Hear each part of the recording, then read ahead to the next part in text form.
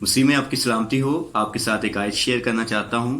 Bible مقدس میں زبور کی کتاب 103 زبور اور اس کی 5ویں آیت لکھا ہے، وہ تجھے عمر بھر اچھی اچھی چیزوں سے آسودہ کرتا ہے، تو عقاب کی مانند اثر نو جوان ہوتا ہے. آمین. اس آیت کے اندر خاص بات جو ہے عقاب کی مانند جوان ہونا. بائبل مقدس میں جب بھی کسی پرندے یا جانور سے تشبیہ دی جاتی ہے تو اس کی کوالٹی پر بات کی جاتی ہے. میں نے پرانی ویڈیو میں بھی کہا تھا کہ ہرنی سے، شیر سے، عقاب سے یا اور کسی سے تشبیہ دینا مقصد یہ ہے کہ اس کی کوالٹی پر بات کرنا. تو عقاب کے اندر بہت سی کوالٹیز ہیں. پہلی کوالٹی یہ ہے کہ یہ تنہا اڑنا پسند کرتا ہے. ٹھیک ہے. اور پھر یہ اپنے آپ کو دنیا کے معاملات میں نہیں پھنساتا، یہ اوپر اڑنا پسند کرتا ہے. بہت سارے پرندے جو ہیں وہ اپنی اڑان بھرتے ہیں، لیکن یہ بہت بلندی تک اڑتا ہے اور بعض اوقات بادلوں سے بھی اوپر چلا جاتا ہے. دوسری کوالٹی اس کی یہ ہے کہ یہ اپنا گھر جو ہے پرسکون نہیں بناتا بلکہ پہاڑوں پر بناتا ہے، اور اکثر اپنے بچوں کی تربیت جو ہے یہ کانٹوں پر کرتا ہے.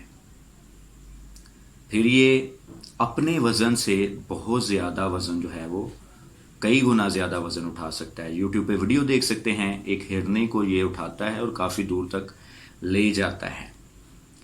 اس کے علاوہ اس کے اندر اور بھی بہت ساری کوالٹیز ہیں کہ یہ آندھیوں طوفانوں کے ساتھ لڑتا ہے. علامہ اقبال نے اس پر بہت سے اشعار کہے ہیں. تو شاہین ہے، پرواز ہے کام تیرا، تیرے سامنے آسماں اور بھی ہیں. پھر علامہ اقبال نے اس کو پرندوں کا درویش کہا ہے. ویسے بھی یہ پرندوں کا راجا ہے. کتاب مقدس میں 14 سے 15 کتابوں میں اس عقاب کا ذکر ہے. تو بات کروں گا، تو عقاب کی مانند اثر نو جوان ہوتا ہے. اثر نو، نئے سرے سے جوانی ملنا. تو ٹویسٹ اس میں یہ ہے کہ عقاب انسان کی مانند عمر پاتا ہے 70 سے 80 برس. تو جب یہ 40 سال کا ہو جاتا ہے تو بوڑھا ہو جاتا ہے. پر اس کے جو ہیں وہ اس کے چھاتی کے ساتھ لگ جاتے ہیں، تقریباً اس کے جسم کو ڈھانپ لیتے ہیں. چونچ اس کی جو ہے وہ ٹیڑھی ہو جاتی ہے.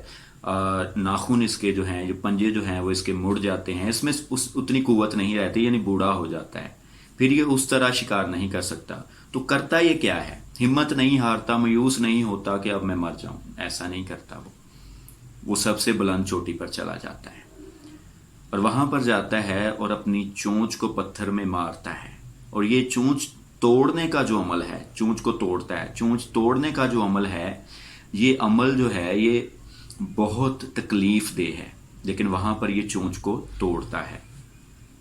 پھر یہ اپنے پنجوں کو مارتا ہے، پتھر پر رگڑتا ہے، پنجوں کو اتار دیتا ہے. پھر ویٹ کرتا ہے نئے پنجے اور چونچ آنے کا، بیٹھا رہتا ہے. اس کے بعد جب نئی چونچ آتی ہے، پنجے آتے ہیں، تو اپنے پروں کو اتار دیتا ہے. پھر پر آنے کا ویٹ کرتا ہے.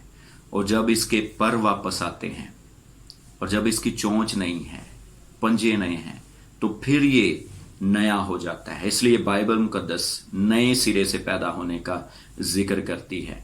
پھر سے یہ جوان ہوتا ہے، پھر سے نیا زور پاتا ہے، اور پھر سے ویسے ہی اڑان بھرتا ہے جیسے یہ جوانی میں بھرتا تھا. ویسا ہی چونچ کا زور، ویسا ہی پنجوں کا زور.